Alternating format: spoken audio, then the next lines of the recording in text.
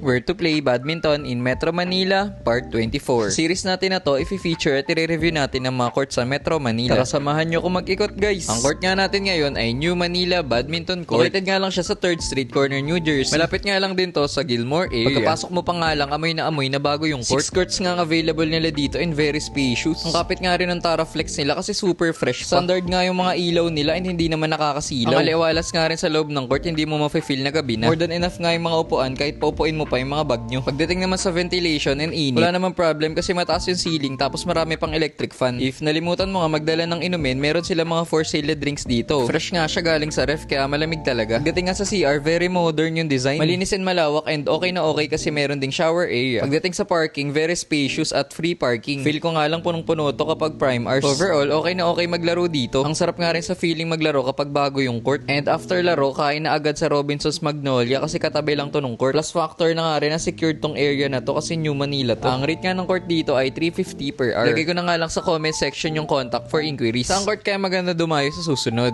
Comment down below.